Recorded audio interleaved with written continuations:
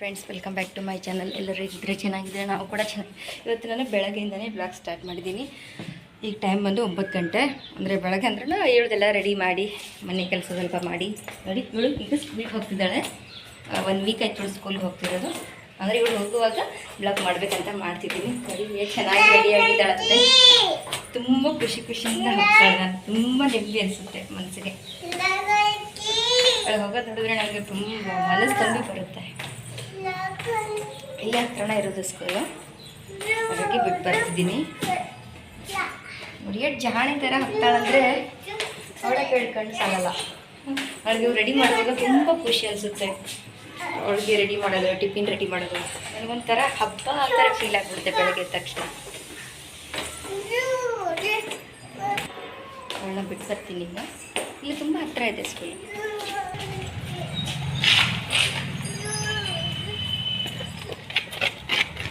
ನೋಡಿ, ಇಲ್ಲಿದ್ದರೆ ಸ್ಕೂಲ್ ಕಾಣಿಸುತ್ತೆ, ತೋರಿಸ್ತೀನಿ ನಿಮಗೆ. ನೋಡಿ, ಇಲ್ಲಿ ಮುಂದ್ಗಡೆ ಕಾಣೋದೇ ಸ್ಕೂಲು.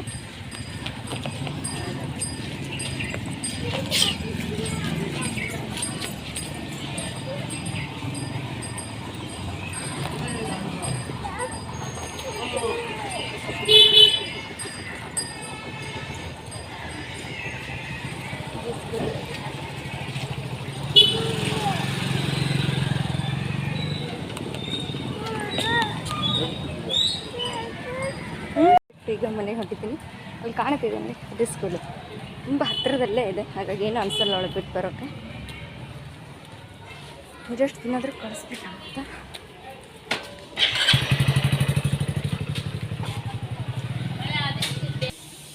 ಅವಳಿಗೆ ಬಿಟ್ಟು ಬಂದೆ. ಮತ್ತು ಈಗ ನನ್ನ ಏನಾದರೂ ಬ್ರೇಕ್ಫಾಸ್ಟ್ ಮಾಡಬೇಕು. ಇನ್ನೇನಂದರೆ ನಾನು ಮಾಡಲ್ಲ ಡೈಲಿ. ಅವರಿಗೆ ಟಿಫಿನ್ ಮಾಡಿಕೊಡ್ತೀನಲ್ಲ, ಆವಾಗ ನನಗೆ ಕೂಡ ಮಾಡಿಕೊಡ್ತಿದ್ದೆ.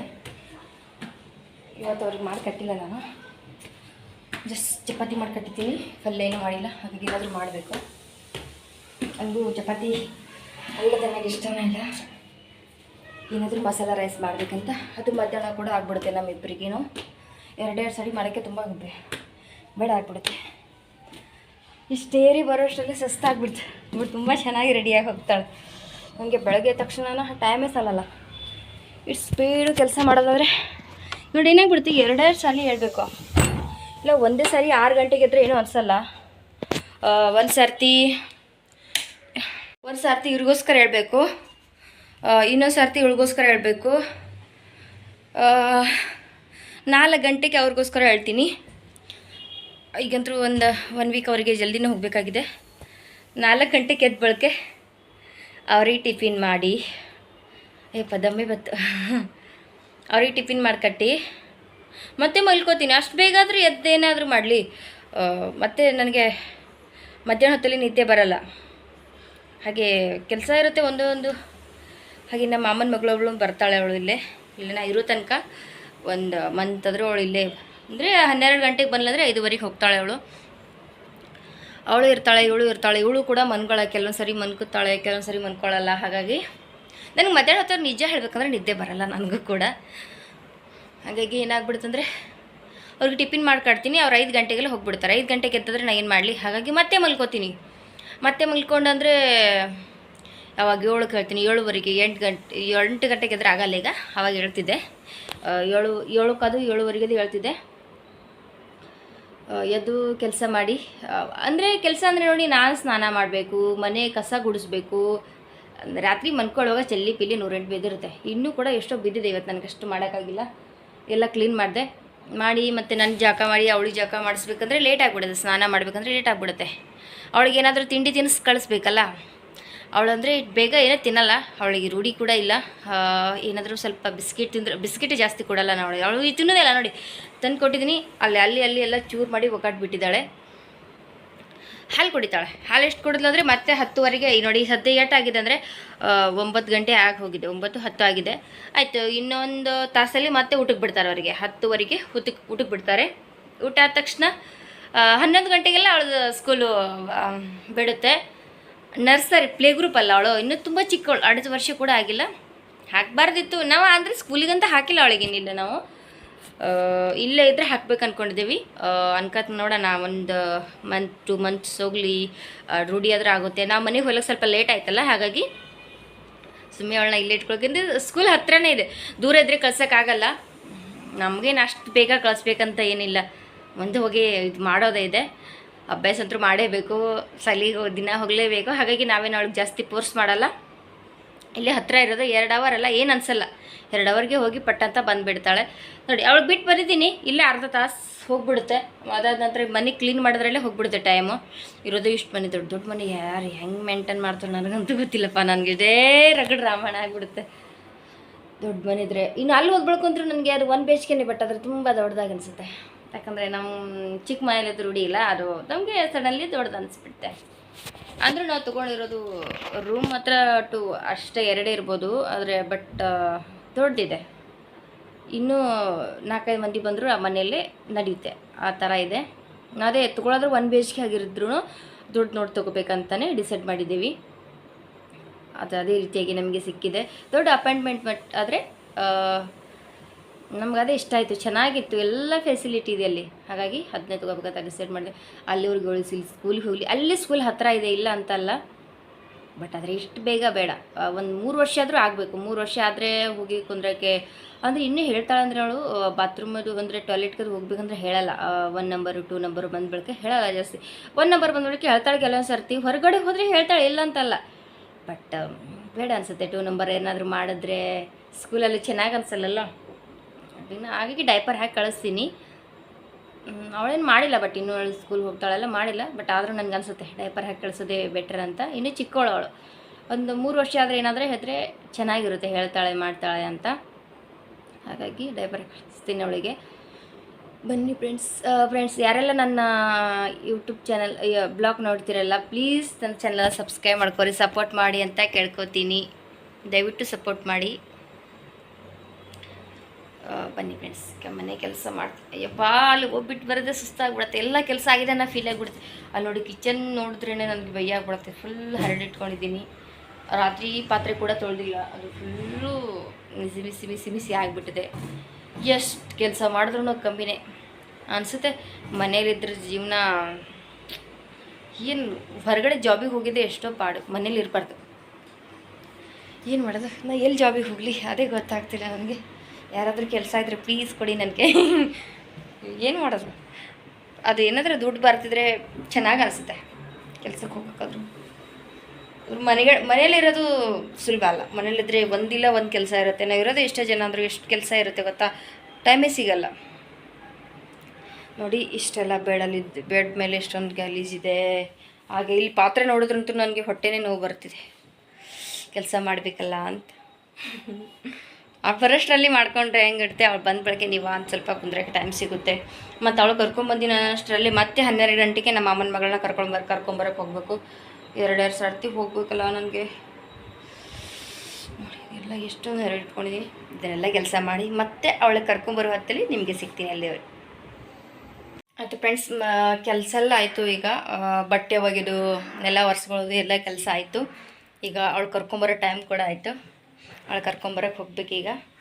ನೋಡಿ, 2 ಅವರ್ ಅವಳಿಗೆ ಸ್ಕೂಲ್ಗೆ ಹೋದರೆ ಎಷ್ಟೊಂದು ಕೆಲಸ ಆಗುತ್ತೆ ಅಂತ. ಅವಳಿದ್ರೆ ಅವಳು ನೋಡ್ಕೊತಾ ಟೈಮ್ ಹೋಗಿಬಿಡುತ್ತೆ. ಈಗ ಕೆಲಸ ಎಲ್ಲ ಆಯಿತು. ಇನ್ನು ಬಂದ ಬಳಕೆ ತಿಂಡಿ ಏನಾದರೂ ಪ್ರಿಪೇರ್ ಮಾಡಬೇಕು ಮಧ್ಯಾಹ್ನದ ಊಟಕ್ಕೆ. ಈಗ ಮೊದಲು ಹೋಗಿ ಅವಳನ್ನ ಕರ್ಕೊಂಬರ್ತೀನಿ. ಬನ್ನಿ, ಅವಳನ್ನ ಕರ್ಕೊಂಬರೋಣ. ಎಲ್ಲ ಕೆಲಸ ಆಯಿತು. ಎಷ್ಟು ಫ್ರೆಶ್ ಅನಿಸುತ್ತೆ ಅಂದರೆ, ಬೇಗನೆ ಕೆಲಸ ಆದರೆ ಫುಲ್ಲು ಆಮೇಲೆ ಬೇರೆ ಕೆಲಸ ಮಾಡೋಕ್ಕೆ ಟೈಮ್ ಸಾಲುತ್ತೆ. ಅವಳನ್ನ ಹೋಗಿ ಮೊದಲು ಕರ್ಕೊಂಬರ್ತೀನಿ. ಟೈಮ್ ಈಗ 11 ಗಂಟೆ ಆಯಿತು. ಹೇಗೆ 11 ಗಂಟೆ ಆಯಿತು ಅಂತ ಗೊತ್ತು ಕೂಡ ಆಗಲಿಲ್ಲ. 2 ಅವರ್ ಫುಲ್ಲು ನಾನು ಒಂದು ಸ್ವಲ್ಪ ಕೂಡ ಕೂತ್ಕೊಂಡಿಲ್ಲ, ಬೇಗ ಕೆಲಸ ಮಾಡ್ಕೊಂಡಿದ್ದೀನಿ. ಅವಳೀಗ ಏನು ಮಾಡ್ತಿದ್ದಾಳು ಅಲ್ಲಿ ಒಂದು ಬಗ್ಗೆ ತೋರಿಸ್ತೇನೆ ನಿಮಗೆ. ನೋಡಿ, ಅವಳಿಗೀಗ ಊಟಕ್ಕೆ ಬಿಟ್ಟಿದ್ದಾರೆ ಅನಿಸುತ್ತೆ. ಊಟ ಆಗಿರಬೇಕೀಗ.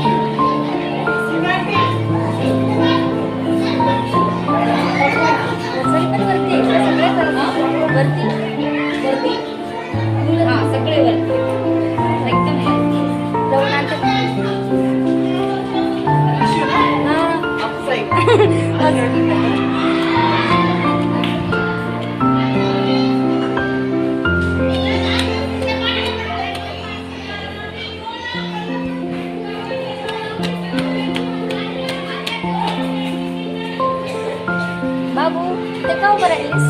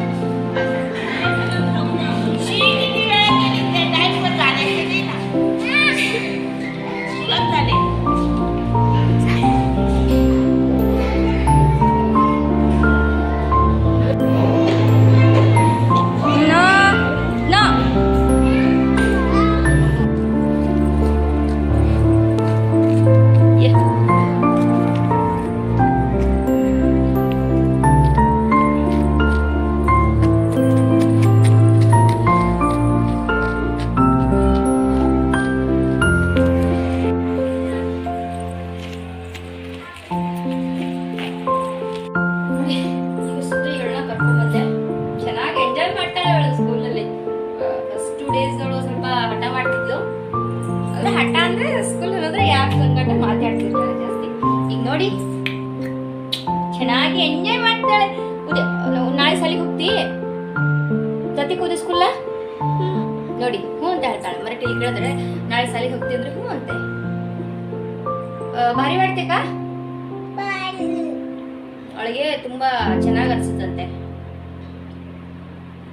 ಕಸ ಗುಡ್ ಮಾರ್ನಿಂಗ್ ಮ್ಯಾಮ್ ಅನ್ಲಿಕ್ಕ ತೂ ಅನ್ಲ ಅಂತೆ. ಜಾಣೆ ನನ್ ಬಂಗಾರಿ ಸ್ಕೂಲಿಗೆ ಹೋಗ್ತಾಳೆ ತುಂಬಾ ಚೆನ್ನಾಗಿ ಅನ್ಸುತ್ತೆ ನಮ್ಗೆ. ಇಟ್ಟು ಖುಷಿ ಖುಷಿಯಿಂದ ಹೋಗ್ತಾಳಂದ್ರೆ ತುಂಬಾ ಖುಷಿಯಿಂದ ಹೋಗ್ತಾಳೆ. ಸ್ವಲ್ಪ ಸ್ಟಾರ್ಟಿಂಗ್ ಅಲ್ಲಿ ಸ್ವಲ್ಪ ಅಳ್ತಾಳೆ ಅನ್ನೋಕ್ಕಿಂತ ಜಸ್ಟ್ ಕುಯಿಂಗ್ ಮಾಡಿ ಗಪ್ ಆಗ್ಬಿಡ್ತಾಳೆ. ಒಳಗಡೆ ಹೋಗಿ ಫುಲ್ ಎಂಜಾಯ್ ಇಂದ ಆಟ ಆಡ್ತಿರ್ತಾಳೆ. ಫುಲ್ ಟಿಫಿನ್ ಫಿನಿಶ್ ಮಾಡ್ಕೊಂಬಂದು. ಟಿಫಿನ್ ಫಿನಿಶ್ ಮಾಡ್ದ ನೀನಾ? ಹಾಂ ವಿಶ್ವ ತಮ್ಮ ಹೋಗು ಹೋಗು ಟಿಫಿನ್ ಹೋಗು ನೋಡಿ ತೆಗಿತಾಳಂತೆ ಬ್ಯಾಗು. ಅವಳಿಗೆ ಡ್ರೆಸ್ ಚೇಂಜ್ ಮಾಡಿ ಏನಾದರೂ ತಿಂಡಿಗೆ ಮಾಡ್ತೀನಿ ಊಟಕ್ಕೆ. ಈ ಫ್ರೆಂಡ್ಸ್ ಬಂದು 12 ಗಂಟೆ. ಇವಳು ಇಬ್ಬರನ್ನ ಕರ್ಕೊಂಬಂದೆ. ಇವಳನ್ನ 12 ಗಂಟೆಗೆ, ಅವಳನ್ನ 12 ಗಂಟೆಗೆ ಕರ್ಕೊಂಬಂದೆ. ಎಲ್ಲ ಸುಸ್ತಾಗ್ಬಿಟ್ಟಿದೆ. ಈಗ ಇವ್ರಿಬ್ರದ್ದು ತರಲೆ ನೋಡಬೇಕು, ಸಾಕಾಗ್ಬಿಡುತ್ತೆ ನಮ್ಗೆ ಹಿರಿಯಷ್ಟರಲ್ಲಿ. ನೋಡಿ ಇವಳು ನೋಡಿ ಅವಳಿಗೆ ಬಾ ಅಂತ ಹೊರಗಡೆ ಆಟ ಆಡೋಣ ಅಂತ. ಅವಳು ಡ್ರೆಸ್ ಚೇಂಜ್ ಮಾಡಕ್ಕೆ ಹೋಗಿದ್ದಾಳೆ. ಅವಳಿಗೆ ಬಾಕ್ಲ ಪಡೆದು ಹೇಳ್ತಾಳೆ, ಬಾ ನಾನು ಕೂಡ ಆಟ ಆಡೋಕೆ ಹೋಗೋಣ ಬಾ ಅಂತ. ಈಗ ಇನ್ನೂ ಊಟ ಕೂಡ ಮಾಡಿಲ್ಲ. ಬೆಳಗ್ಗೆ ಹಾಗೆ ಏನೋ ನಾಷ್ಟ ಮಾಡಿದ್ದೆ. ನಾಷ್ಟ ಅನ್ನೋಕ್ಕಿಂತ ಜಸ್ಟ್ ಬ್ರೆಡ್ ಮತ್ತು ಚಹಾ ಕೊಡ್ತಿದ್ದೆ ಅಷ್ಟೇ. ಇದು ಹಸಿವಾಗಿದೆ. ರೈಸ್ ಕೂಡ ರೆಡಿ ಆಗಿದೆ. ಇವಳುಗಳು ಊಟ ಉಣಿಸ್ಬೇಕು, ನಾನು ಊಟ ಉಣ್ಬೇಕು. ತರಲೆ ಏನು ಏನು ಏನು ಏನು ಹಾಂ ಏನು ಕಾಯಿ ಕರೆಸಿ ಅಂದರೆ ಬೋಟಲಲ್ಲಿ ಟೋಪನಲ್ಲಿ ನೀರು ತೊಗೊಂಡು ಹಿಂಗೆ ಹಚ್ಬೇಕಂತ. ಅದು ಏನೋ ಅಂತಾಳೆ ಅವಳು, ನನಗೆ ಗೊತ್ತಿಲ್ಲ. ಹಿಂಗೆ ಹಚ್ಚೋದಂತೆ, ನೀರು ಹಚ್ಚೋದಂತೆ. ಅದು ನೀವು ಹಾಂ ಸರ್ ನನಗಂತೂ ಸಾಕಾಗ್ಬಿಟ್ಟಿದೆಪ್ಪ. ಮಕ್ಕಳನ್ನ ಹಿಡೋದಂದ್ರೆ ತುಂಬಾ ಕಷ್ಟ.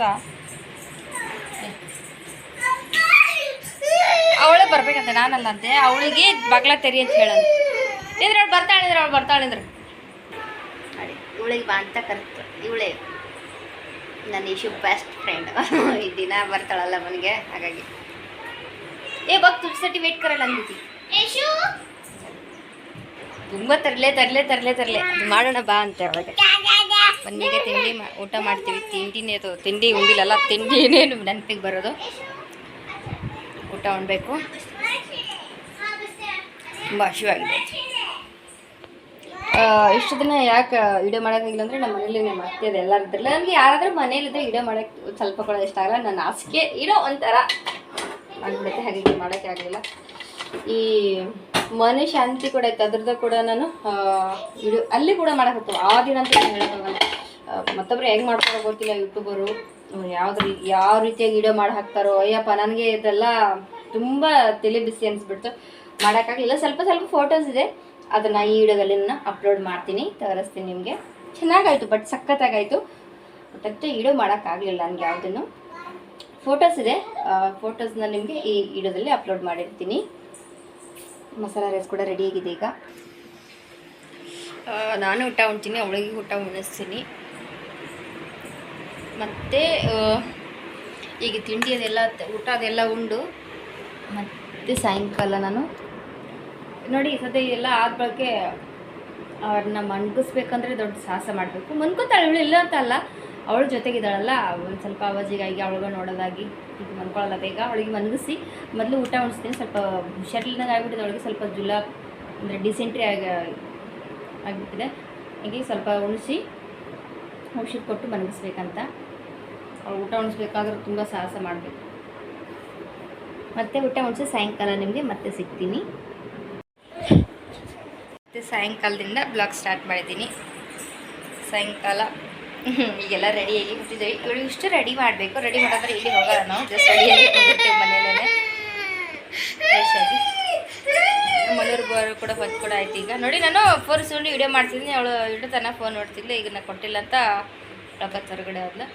ಈ ಅವಳು ಮಮ್ಮಿನೂ ಬರ್ತಾಳೆ ಕರೆಯೋಕೆ. ಈಗ ಅವಳು ಕೂಡ ಹೋಗ್ತಾಳೆ. ಈಗ ಅಂದರೆ ಇಡೀ ಒಂದು ವೀಕು ಬೇಗನೆ ಹೋಗಬೇಕು. 4 ಗಂಟೆಗೆ ಮನೆಯಿಂದ ಹೋಗಬೇಕು. ಹಾಗಾದರೆ 3 ಗಂಟೆಗೆ ಅದು ಹೇಳ್ತಾರೆ, 3:30 ಅರ್ಧ ಗಂಟೆಲೇ ರೆಡಿ ಆಗಿಬಿಡ್ತಾರೆ. ಬಟ್ ನನಗೆದ್ದು ಅಡುಗೆ ಮಾಡೋದಿರುತ್ತಲ್ಲ, ಹಾಗಾಗಿ ಅನ್ಕೋದಂದರೆ ಬೇಗನೆ ಅಡುಗೆ ಮಾಡಿ ಬೇಗ ಮಲ್ಕೊಂಡ್ರೆ ಹೇಳ್ಬೋದು ಅಂತ.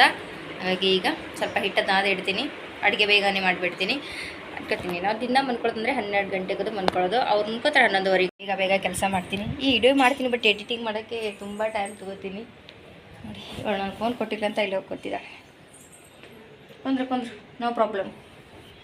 ಹಠ ಜಾಸ್ತಿ ಆಗಿಬಿಟ್ಟಿದೆ. ಬನ್ನಿ ಬೇಗ ಬೇಗ ಕೆಲಸ ಮಾಡ್ಕೊತೀನಿ, ಅಡುಗೆ ಮಾಡ್ತೀನಿ. ಈಗ ಅಡುಗೆ ಈಗ ಸ್ಟಾರ್ಟ್ ಮಾಡ್ಬಿಡ್ತೀನಿ. ಅಂದರೆ ಹಿಟ್ಟನ್ನ ಅದಿಡ್ತೀನಿ. ಹಿಟ್ಟನ್ನ ಅದಿಟ್ಟಂದರೆ ಅವ್ರು ಬಂದ್ಬಿಡೋಕ್ಕೆ ಚಹಾ ಮಾಡಿ ಏನಾದರೂ ಪಲ್ಯ ಮಾಡ್ತೀನಿ. ಚಪಾತಿ ಆಮೇಲೆ ಉಣ್ಣೋ ಟೈಮ್ನಲ್ಲಿ ಲಟ್ಟಿಸ್ಕೊಂಡ್ರೆ ಆಯ್ತಂತ. ಮತ್ತು ಫ್ರೆಂಡ್ ಈಗ ನಮ್ಮ ಮನೆಯವ್ರು ಕೂಡ ಬಂದಿದ್ದಾರೆ. ಚಹಾ ಮಾಡ್ತಿದ್ದೀನಿ. ನೋಡಿ ಅವ್ರು ಬರೋಷ್ಟರಲ್ಲಿ ಇವಳು ಮಲ್ಕೊಂಡ್ಬಿಟ್ಲು. ಸ್ವಲ್ಪ ಬಂದ ಬಳಕೆ ಬೈದರು ಅವರಿಗೆ, ಇವಳಿಗೆ ಬೈದರು. ಅಂದರೆ ಕೊಪ್ಪಿಸ್ಕೊಂಡು ಹೊರಗಡೆ ಹೋಗಿ ಕೂತ್ಬಿಡ್ತಾಳೆ. ಹಾಗಾಗಿ ಅದು ರಾಟಿ ಚಲೋ ಅಲ್ಲಲ್ಲ, ಹಾಗಾಗಿ ಅವ್ರು ಸ್ವಲ್ಪ ಬೈದರು. ಹತ್ತು ಮನ್ಕೊಂಡಿದ್ದಾಳೆ. ಸ್ವಲ್ಪ ಎಬ್ಬಿಸ್ಬೇಕು, 1 ಗಂಟೆ ಮನ್ಕೊಳ್ಳಿ, ಸ್ವಲ್ಪ ಆದರೂ ನಿದ್ದೆ ಆದ್ರೇ. ಅವಳು ಮನ್ಕೊಂಡಿಲ್ಲ ಇವತ್ತು. ಅವರು ಅಂದರೆ ಮನೆ ಪಕ್ಕದಲ್ಲೆಲ್ಲ ಹುಡುಗಿ ಕೂಡ ಬಂದಿದ್ಲು, ಅವಳು ನಮ್ಮ ಮಾಮನ ಮಗಳು. ಹೀಗಾಗಿ ಫುಲ್ಲು ಆಟ ಆಡ್ತಾ ಅವಳು ಮನ್ಕೊಂಡಿಲ್ಲ ಇವತ್ತು. ಹಾಗಾಗಿ ಈಗ ಮನ್ಕೊಂಡಿದ್ದಾಳೆ. 1 ಗಂಟೆ ಅದಕ್ಕೆ ಎಬ್ಬಿಸ್ಬೇಕಂತ. ಈಗ ಬಂದು 6 ಗಂಟೆ. ಹಾಗಾಗಿ ಚಹಾ ಕುಡಿದು ಅಡುಗೆ ಏನಾದರೂ ಪಟಪಟ ಅಂತ ಮಾಡಿ ಆಮೇಲೆ ಅವಳಿಗೆ ಎಬ್ಬಿಸ್ತೀನಿ. ಊಟ ಮಾಡಿಸಿ ಮತ್ತೆ ಮನ್ಗಿಸೋದು. ಅಂದರೆ ಮತ್ತೆ 10 ಗಂಟೆಗೆ ಅದು ಮನ್ಕೋಬೇಕಂತ ಡಿಸೈಡ್ ಮಾಡಿದ್ದೀನಿ. ನೋಡೋಣ ಏನಾಗುತ್ತಂತ.